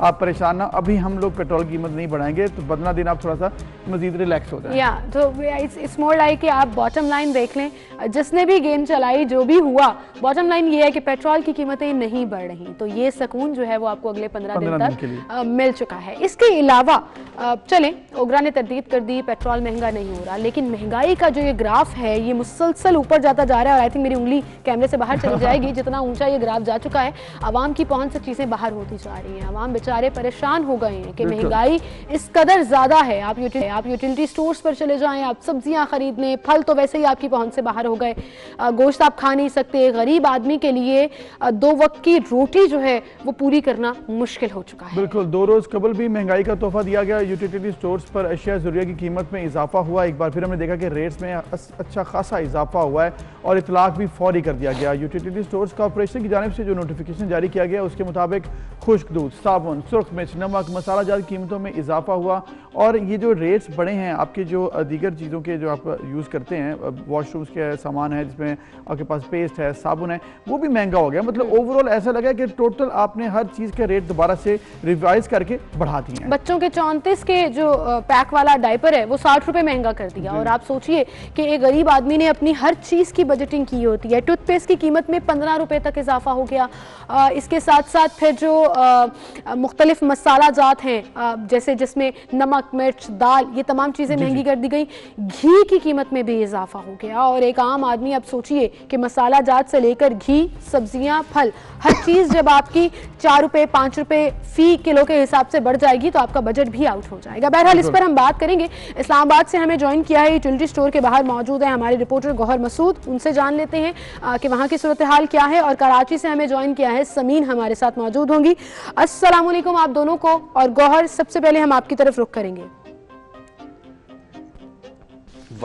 और जिस तरह से हम देख रहे हैं सिचुएशन इस वक्त यूटिलिटी स्टोर्स पर रेट्स खासे ज़्यादा हैं और ओवरऑल देखा कि सब चीज़ों के रेट्स बढ़ गए हैं। आखिर इसकी वजह क्या थी, क्यों दोबारा से नोटिफाई कर दिया गया कि चीज़ें सब महंगी हो गई हैं? जी बिल्कुल, जो रेट्स बढ़ गए हैं इस हवाले से हुकूमत अपनी तरफ से तो ये एक मौक़िफ़ पेश कर रही है कि इंटरनेशनल जो मंडी है उसमें पाम ऑयल और दूसरी तीसरी जो इस तरह की चीज़ें हैं वो महंगी हो गई। उसकी वजह से यहाँ पर भी इस तरह की जो कीमतें थी वो बढ़ानी पड़ गई है। यकीनी तौर पर जो रेट्स बढ़े हैं वो उसकी वजह से शहरियों पर एक बहुत बड़ा बोझ तो आ गया है। जिस तरह अब अगर आटे की 15 किलो का जो तेली है वो तकरीबन 100 रुपये महंगी हो गई है। इसी तरह जो ब्रांड के घी हैं वो ख़ास तौर पर यूटिलिटी स्टोर में उसकी भी एक अच्छी खासी कीमत बढ़ गई है। इसके अलावा जो चीनी की कीमत है वो तो यहाँ तक कि प्राइवेट जो मार्केट है उसमें तो कहीं पर 10 रुपये महंगा कर दिया, कहीं पर 15 रुपये महंगा कर दिया है। मतलब एक अजीब किस्म की अंधेर नगरी बनी हुई है और अवाम में एक इंतहाई तशवीश की लहर इस हवाले से बढ़ चुकी है। अच्छा गौहर, ये बताइएगा कि इस यूटिलिटी स्टोर पर जो चीज़ें अवेलेबल हैं उनमें कीमतें फ़ौरन बढ़ा दी गई हैं, अब बढ़ी हुई कीमत के मुताबिक लोगों को चीज़ें मिल रही हैं? जी बिल्कुल, यहाँ इस वक्त जब हम जिस यूटिलिटी स्टोर में अपारा मार्केट में मौजूद हैं यहाँ पर यकीनी तौर पर चीज़ें तो वाफर मिकदार में मौजूद हैं। यहाँ पर जो ख़ासकर जो घी के रेट्स हैं और इस तरह की जो दूसरी चीज़ें हैं उनके रेट्स बढ़ गए, लेकिन जो चीज़ों की मौजूदगी है वो यकीनी तौर पर यहाँ पर है और शहरियों को इस हवाले से अभी तक हमने कोई मुश्किलात ये इनके मुख्तलिफ इन्होंने रेट्स रखे हैं 239 से लेकर 270 के दरमियान मुख्तलिफ जो ब्रांड्स हैं, मुख्तलिफ कंपनीज हैं, उनके रेट्स चल रहे हैं। ब्रांड के मुताबिक रेट तय किए गए हैं, लेकिन ये यूटिलिटी स्टोर के ऊपर जो रेट्स है वो 239 से 270 के दरमियान मुख्तलिफ ब्रांड्स के रेट चल रहे हैं। इसमें ठीक है गौर, आपने जैसा बताया कि डालडा है, दूसरे मुख्तलिफ रेट्स हैं, लेकिन ओवरऑल रेट्स ही ज्यादा कर दिए गए हैं, तो बिल्कुल जो बेस लाइन है वो बढ़ गई है। समीन, आप बताइएगा कि इस वक्त सिचुएशन क्या है? कराची की पाकिस्तान का सबसे बड़ा शहर है, तो वहाँ पर जो लोग हैं वो किस कदर परेशान हुए हैं? जो ओवरऑल रेट्स बढ़ गए, सब्जियों के हालात भी हमने देखे कि वहाँ पर एक तो क्वालिटी भी पहले कॉम्प्रोमाइज़ देखी है और फिर ऊपर से रेट्स भी बढ़ गए। देखिए, जिस तरह से हमने देखा कि खुश्क अजनास में, ग़िज़ाई अजनास की कीमतों में इजाफा हुआ है, वहीं पर फलों के अलावा अब सब्जियां भी जो है वो आम आदमी की पहुंच से दूर हो चुकी हैं। इस वक्त हम ऐसी ही एक शॉप पर मौजूद हैं जहां पर मुख्तलिफ सब्जियां ये रखी हुई नज़र आ रही होंगी आपको।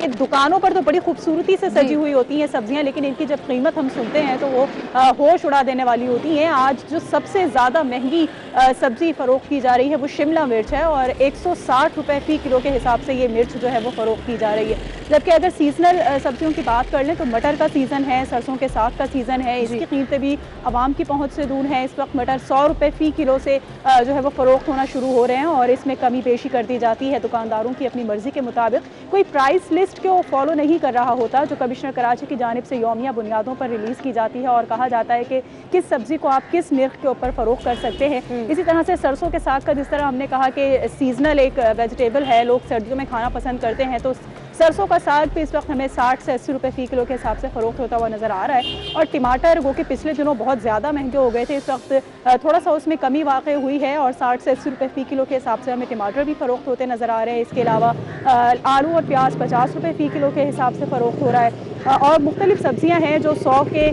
करीब फ़रोख्त की जा रही हैं। 80 रुपये और 100 रुपये से नीचे हमें कोई सब्ज़ी नज़र नहीं आ रही है जो फ़रोख्त हो रही हो। तो जो आम आवाम है, जो पब्लिक है, वो ये कहती है कि पहले ही तेल, चीनी और घी और आटा, इन सब चीज़ों की कीमतों में इजाफा है, साथ साथ सब्जियों की कीमतें भी जब बहुत ज़्यादा बढ़ जाएंगी तो फिर इसका मतलब एक वक्त की हंडिया बनाना जो है वो बड़ा मुश्किल हो जाएगा। समीन, आप कराची से हमें अपडेट कर रही थी, हम वापस गौहर मसूद आपकी तरफ आएंगे। गौहर, यूटिलिटी स्टोर के बारे में जनरली कहा जाता है कि सब्सिडी है, आवाम को कम पैसों में चीज़ें मुयस्सर होंगी जो गरीब लोग अफोर्ड नहीं कर सकते। तो अगर आप यूटिलिटी स्टोर्स की कीमतें ये बता रहे हैं तो फिर ओपन मार्केट, आम स्टोर्स और आम जगहों पर कीमतें इससे कहीं ज़्यादा होंगी। तो फिर ये सिचुएशन और ये प्रपोर्शन तो मुझे समझ नहीं आ रहा। जी बिल्कुल, यकीनी तौर पर जो सब्सिडाइज स्टोर्स हैं जिन्हें यूटिलिटी स्टोर कहते हैं, उसमें अगर ये रेट्स चल रहे हैं तो प्राइवेट मार्केट में जिस तरह मैंने बताया कि वहाँ पर फॉर एग्जांपल चीनी का रेट है जो कहीं पर 10 रुपये बढ़ा दिया गया है, कहीं पर 15 रुपये बढ़ा दिया गया है। इसी तरह जो दूसरे तीसरे छोटी छोटी चीज़ें हैं, साबुन ले लें, शैम्पू ले लें, इसके अलावा खाने पीने की जो चीज़ें हैं उनमें कहीं पर रेट्स जो है वो बिल्कुल एक जगह पे खड़े नहीं होते। एक मार्केट में एक रेट होता है तो दूसरे मार्केट में दूसरा रेट होता है। इसी हवाले से कोई मतलब इकदामात देखने को नहीं मिलती है, जिसकी वजह से कई लोग तो उन्होंने एक रूटीन बनाई होती है कि ये दुकान है, ये मार्केट है, इसके रेट्स बहुत अच्छे होते हैं। जो एक हुकूमत की तरफ से या इदारों की तरफ से एक तरीक़ाकार बनाया हुआ होता है कि एक रेट लिस्ट होता है, उस रेट लिस्ट पे पूरे शहर ने या जिले ने काम करना होता है, वो यहाँ पर बहुत कम देखने को मिलता है। ठीक है, बहुत शुक्रिया आपने बताया गौहर। और समीन, आप हमारे साथ मौजूद थे कि सिचुएशन इस वक्त क्या है मार्केट में यूटिलिटी स्टोर्स की, जहाँ पर हाल है इंतहाई कीमतें बढ़ा दी गई हैं, लोग परेशान हैं, सब्जियों की रेट्स भी ज़्यादा हैं, ओपन मार्केट में भी सूरत खुन है। तो बेसिकली जो पॉलिसीज़ हैं, जो स्टॉक एक्सचेंज और आपके तमाम हालात इकनॉमिकली आप बताते हैं कि बहुत अच्छे हैं, लेकिन ग्राउंड रियलिटी में आम आवाम को सहूलियात अभी तक नहीं मिल रही हैं, लोग अभी भी परेशान। यानी कि वज़ीर आज़म का वो 13वां-14वां नोटिस जो है वो काम नहीं किया कि महंगाई को कम करेंगे, क्योंकि अभी तक उसके कोई असरात नज़र नहीं आ रहे। इनफैक्ट जब नोटिस लिया गया, जब बात हुई, महंगाई में इजाफा ही हुआ है। और जब तक आप आम आदमी को महंगाई में रिलीफ नहीं देंगे तब तक कोई फायदा नहीं किसी भी पॉलिसी का। एनीवेज जी, we are taking a short break, फिर हाजिर होंगे।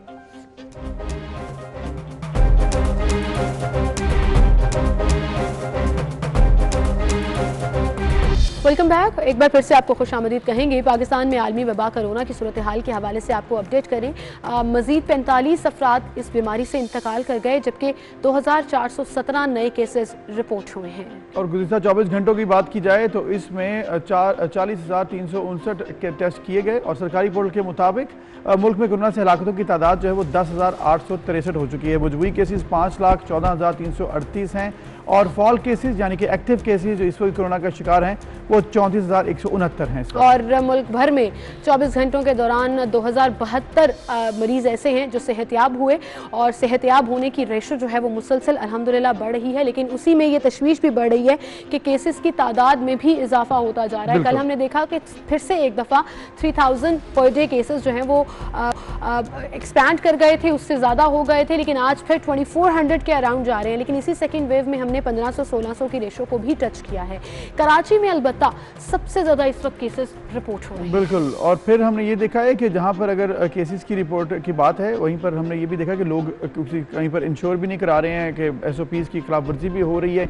इसी वजह से सख्त भी किया जा रहा है लॉकडाउन के कुछ इलाकों में। फिर जो हमने हालात ओवरऑल देखे, कहीं पर स्मार्ट लॉकडाउन है, इंडस्ट्री के हवाले से भी अपडेट्स आती हैं, रेस्टोरेंट बिजनेस, फिर आपके तमाम शादी हॉल्स, इन सब में चेंजेस आ रही हैं और आहिस्ता आहिस्ता जैसे जैसे हालात बेहतर हो रहे हैं तो ग्रेजुअली कुछ ना कुछ बेहतर किया जा रहा है इनके लिए बिजनेस की अपॉर्चुनिटीज़। वहीं पर अगर हम बात करें जो कि इस वक्त टॉप ट्रेंड भी रहा स्कूल्स, कॉलेज, इंस्टीट्यूट्स के हवाले से कि क्या वो खुलने जा रहे हैं या नहीं, क्योंकि पहले तो एक टेंटेटिव डेट तो दे दी गई थी कि मंडे से ऑनवर्ड इंस्टीट्यूट खुलेंगे, लेकिन आज हतमी फैसला होगा इस हवाले। बिल्कुल। और स्टूडेंट्स आपको पता है ट्विटर पर फिर कितना एक्टिव होते हैं, तो वो कहीं पर शफकत महमूद साहब का ट्वीट रीट्वीट करके मीम्स बना रहे थे, कहीं पर शुगर लगा रहे थे, कहीं पर दुहाइयाँ दे रहे थे, रिक्वेस्ट कर रहे थे। बहरहाल जी आज जायजा इजलास तलब कर लिया गया है और वफाकी वज़ीर तालीम शफकत महमूद ने यह कहा है कि कोरोना के हवाले से जितने भी सिनेरियोज रहे, जो ग्राफ चल रहा है उसको पेश नज़र रखते हुए हम ये हतमी फैसला करेंगे और वज़राए तालीम और जो सेहत है वो इस इजलास में तलब कर लिए गए हैं। और वफाकी वज़ीर तालीम शफकत महमूद इस ज़मन में ये भी कह रहे हैं कि तालीम को जारी रखना चाहते हैं, लेकिन हतमी फैसला सेहत की बुनियाद पर। बिल्कुल। और इंशाअल्लाह ताला आज जब फैसला हो जाएगा तो वहीं पर अगर स्कूल्स खुलते हैं, कॉलेजेस खुलते हैं, तो आपने इंश्योर करना है कि आप SOPs की खिलाफ वर्जी ना करें, क्योंकि अभी तक वैक्सीन नहीं आई है। जब तक वैक्सीन ऑफिशियली और कमर्शियली सबको मिल नहीं जाती है तब तक आप लोग जो है वैक्सीन से पहले तक एहतियात कीजिए, क्योंकि बिल्कुल। और मैं साथ ही साथ बताती चलूं कि कल अबूजर जो है वो हमारे उन सोल्जर्स में हैं जिन्होंने वैक्सीन लगवा ली है और वॉलंटियर हैं जी। 18,000 वॉलंटियर जो हम कहते हैं, उनमें से अबूजर जो कल डॉक्टर जावेद इकबाल से आपने ऑन एयर कहा भी कि मैं चला जाऊंगा। So you are perfectly fine, आपको कल डोज लग गई है। कोई ऐसा इशू नहीं है, जैसे कि हमारे UHS के VC डॉक्टर जावेद अकरम साहब ने भी कहा है और पाकिस्तान में जहाँ जहाँ भी ये ट्रायल्स हो रहे हैं, टेस्टिंग हो रही है और ये इस पर किसी किस्म की कोई प्रॉब्लम नहीं है।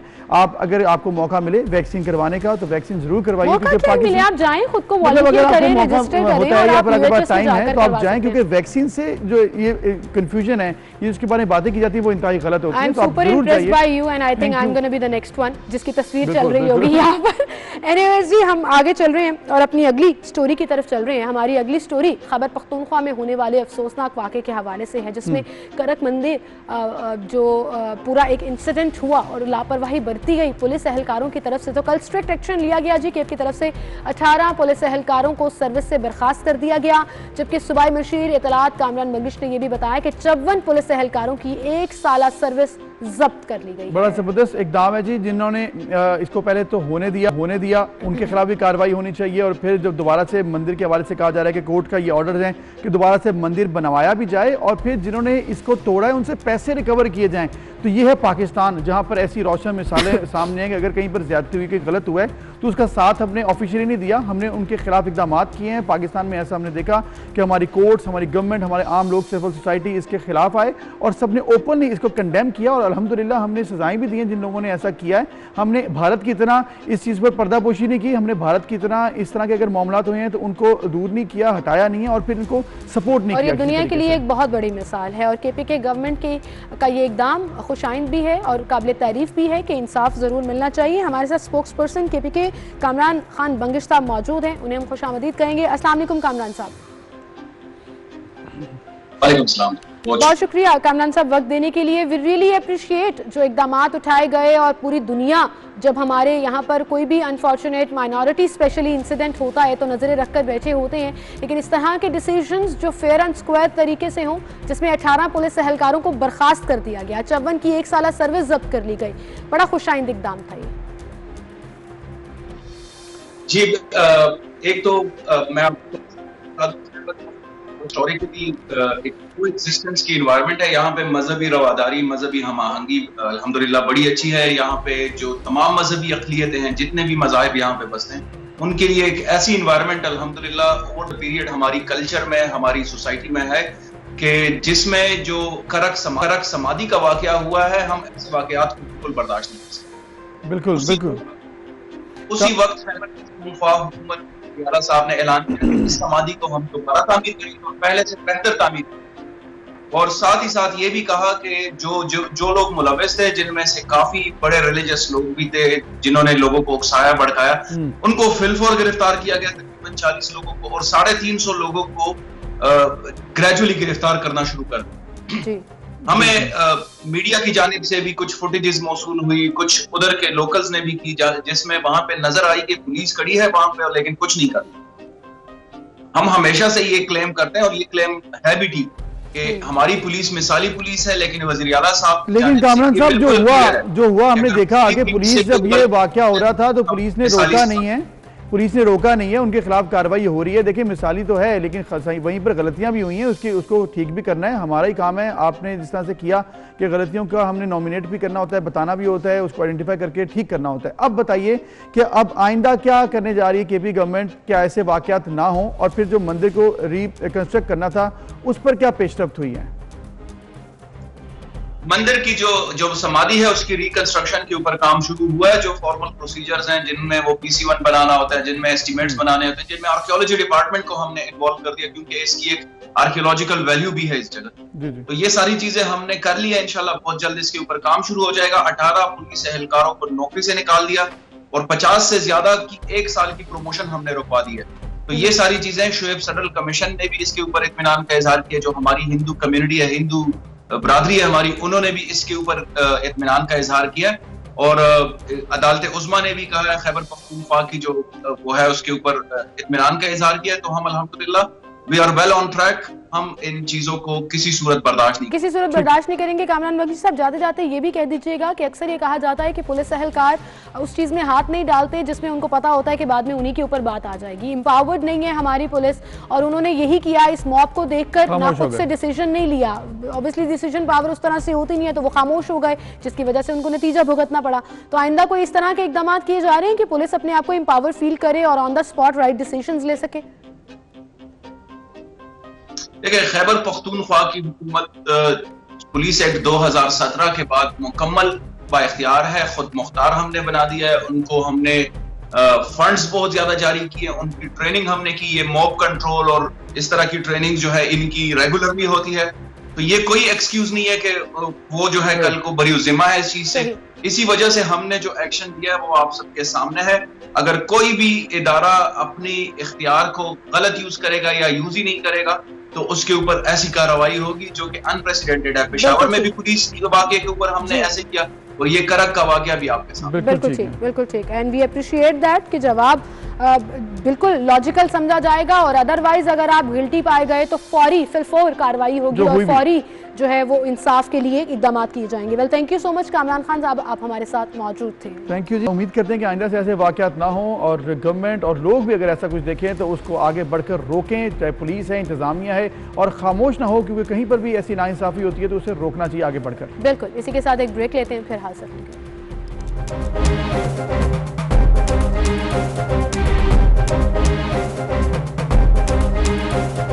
वेलकम बैक नाज़रीन। हमारी सोसाइटी में बहुत से प्रॉब्लम्स होते हैं, उन प्रॉब्लम्स को आइडेंटिफाई करना, फिर उनका हल निकालना और फिर उसको इम्प्लीमेंट करना, ये बड़ा ज़रूरी होता है। इसके लिए हमने देखा कि हमारे लीडर्स होते हैं, मोटिवेशनल स्पीकर्स होते हैं, वो हमें गाइड करते हैं, बताते हैं, क्योंकि वो आइडेंटिफाई करते हैं कि असल में प्रॉब्लम्स हैं कहाँ। बिल्कुल। और इन बादशाह लोगों की बातें सुनकर कभी कभी आप इंस्पिरेशन पकड़ लेते हैं और मोटिवेशन आपके अंदर आ जाती है चीज़ों को बेहतर करने की, लेकिन वहीं पर अगर लीडर्स और सिस्टम की तरफ से वो इम्प्लीमेंट होना शुरू हो तो सिचुएशन थोड़ा बिगर स्केल पर बेहतर होती है।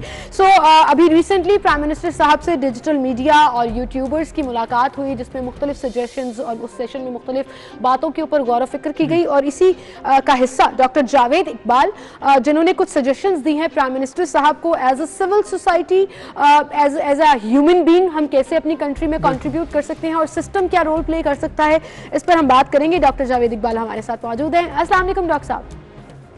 जी वालेकुम सलाम। डॉक्टर साहब, हमेशा की तरह आपकी इंस्पिरेशनल बातें और मोटिवेशनल बातें जो हैं वो मुख्तलिफ प्लेटफॉर्म्स पर लोगों को तो बड़ी पसंद आती हैं, लेकिन आपने प्राइम मिनिस्टर साहब को भी सजेशंस दी कि सिस्टम अपना रोल प्ले करे, तो हम वहीं से शुरू करेंगे। आपके सजेशंस में क्या क्या शामिल था? जी बहुत बहुत शुक्रिया आपका। देखिए, मैंने तो बहुत ही सिंपल बात उनसे की थी कि जब भी हम किसी सोसाइटी की बात करते हैं ना, तो हम उसकी गलतियों की और वहाँ जो मसाइल हैं उनकी निशानदेही करते हैं। हम सब ये कहते हैं मुआशरे में बड़ी करप्शन है, हम ये कहते हैं यहाँ मेरिट का ख्याल नहीं रखा जाता, हम ये कहते हैं कि लोग जो हैं उनको आम जो उसूल हैं, सिविक सेंस है, वो नहीं है, तो हम सिर्फ शिकायतें करते हैं। बिल्कुल। और अगर कोई गलती कर रहा हो, मसलन करप्शन में मुब्तला हो, कोई जुर्म करता है, तो हम कहते हैं इसको सजा मिलनी चाहिए जी। तो ये जो मसाइल का हल है ना, इसको हम रिएक्टिव एटीट्यूड कहते हैं। ये ऐसे ही है जैसे किसी के जिस्म में डीप हो तो हम कहें इसको पैरासिटामोल, तो पैरासिटामोल से बुखार तो उतर जाएगा, मगर जो डीप इन्फेक्शन है वो ठीक नहीं होगी। बिल्कुल ठीक। जो डीप इन्फेक्शन है उसको ठीक करने का तरीका ये है कि हमें ये समझना चाहिए कि मुआशरे के अंदर ये बुराइयां क्यों आ रही हैं। इनमें जो सबसे अहम चीज है वो ये है कि हमने उनकी तरबियत ही नहीं की। अब जिस सरकारी मुलाजिम को हम ये कहते हैं कि वो रिश्वत लेता है और वो करप्ट है, तो हमने उसको उसकी करप्शन के सिलसिले में तरबियत के कौन से निजाम में से गुजारा? हमारे यहाँ कौन से सिस्टम इन प्लेस हैं जिसमें तमाम लोगों की तरबियत की जाती है? और एक लीडरशिप है कि जब हम किसी के ऊपर ब्लेम करते हैं तो ब्लेम करने से पहले हमें उसे पहले ट्रेन करना चाहिए। तो मैंने मुख्तसर यही अर्ज किया, और मैं ये बात को नहीं तो नहीं, हमेशा से ही हम कर रहे हैं और मुख्तलिफ तबकात में लोग कर रहे हैं कि मुआशरे में किसी सतह पर भी तरबियत का कोई निजाम मौजूद नहीं है। गलतियों की निशानदेही हम करते हैं और फिर उनके लिए सजा तजवीज करते हैं, लेकिन जो उनकी रूट कॉज है लोगों की तरबियत, ये तरबियत का निजाम बचपन से होना चाहिए, घरों के अंदर होना चाहिए, स्कूलों में होना चाहिए। आप जैसे कह रहे हैं कि तरबियत का निजाम बेहतर हो, ये तो एक बड़ा लंबा प्रोसेस है और लाइफ टाइम के, मतलब जो अभी तो हम इनिशिएट ही नहीं कर रहे, फिर प्रोसेस इसमें जाना, वालिदैन की तरबियत भी इसमें बड़ी जरूरी है कि वो बच्चों को आगे से क्या तरबियत दें। लेकिन हमने साथ ये भी देखा है कि वेस्टर्न वर्ल्ड में ये कहा जाता है कि अगर आप उनको खुला छोड़ दें तो वो भी बड़े बदतहजीब हो जाएंगे। फाइन्स जो हैं उसकी इम्प्लीमेंटेशन, अगर आप कहीं गलत हो रहा है तो उसकी फाइन, कानून सख्त होना आधा काम आपका ठीक कर देगा। तो क्या पाकिस्तान में शॉर्ट टर्म हम इस तरफ नहीं जा सकते कि कानून सख्त बनाएं और उसकी इम्प्लीमेंटेशन होता कि कहीं पर लोगों का जो सिविक सेंस है वो बेहतर कर सकें? जी जरूर करें, वो तो मैं तो उससे इनकार नहीं कर रहा। पैरासिटामोल तो देनी चाहिए, जब बुखार तेज हो तो पैरासिटामोल तो देनी चाहिए, मगर इससे मसला हल नहीं होगा। ठीक है। आप देखिए जो पिछले दिनों हमारे मुल्क में ऐसा होता रहा ना कि बच्चियों के साथ ज्यादती के केसेस आपके पास आते रहे जी। जो लोग थे जो पकड़े गए, जब उनकी हिस्ट्री को ट्रैक किया तो वो इससे पहले कई दफा ये जुर्म कर चुके, इससे पहले वो जेलों में जा चुके थे, और जब जेल में जाते हैं तो उनकी ठीक पिटाई होती है, उनकी चमड़ी उधेड़ी जाती है, उनको सख्त सजा दी जाती है, लेकिन जो ही वो वापस आते हैं फिर वो जुर्म करते हैं। तो मैं इस बात से इनकार नहीं करता। आखिर शरई तौर पर भी सजाओं का हुक्म है, लेजिस्लेशन स्ट्रांग होनी चाहिए, लॉ बहुत ही स्ट्रिक्टली इंप्लीमेंट होना चाहिए, लेकिन उसके साथ साथ एक तरबियत का निजाम होना चाहिए। हर सतह के ऊपर एक मरबूत तरीके का तरबियत। इनफॉर्मली तो हो रहा है, माँ बाप कोशिश करते हैं कि सिखाएं, कुछ लोग जो है अपने तौर पर वॉलंटरीली कर रहे हैं, लेकिन मुझे मौका मिला तो मैंने प्राइम मिनिस्टर साहब से अर्ज किया कि इस रिस्पॉन्सिबिलिटी को फॉर्मली स्टेट अपनी रिस्पॉन्सिबिलिटी समझे और स्टेट जो है मुल्क में इस किस्म का निजाम बनाए। और मैंने उनसे ये अर्ज किया कि इसको 3 सतह पे कर सकते हैं। एक तो है शॉर्ट टर्म का में तो कोई पैसे भी नहीं लगते, कुछ वक्त भी नहीं लगता। 1 महीने के अंदर अंदर पाकिस्तान का हर शहरी उस तक ये बात पहुंच जाएगी जो बातें हम डिसाइड करेंगे। ठीक है। इसके अलावा एक मीडियम टर्म प्लान था। मीडियम टर्म प्लान ये है कि जितने हमारे सरकारी मुलाजमीन हैं, अमूमन शिकायतें उन्हीं से ही होती हैं, तो जितने सरकारी मुलाजमीन हैं वो तो गवर्नमेंट के अपने जेर असर ही है ना, वो तो उनके अंडर कंट्रोल ही है।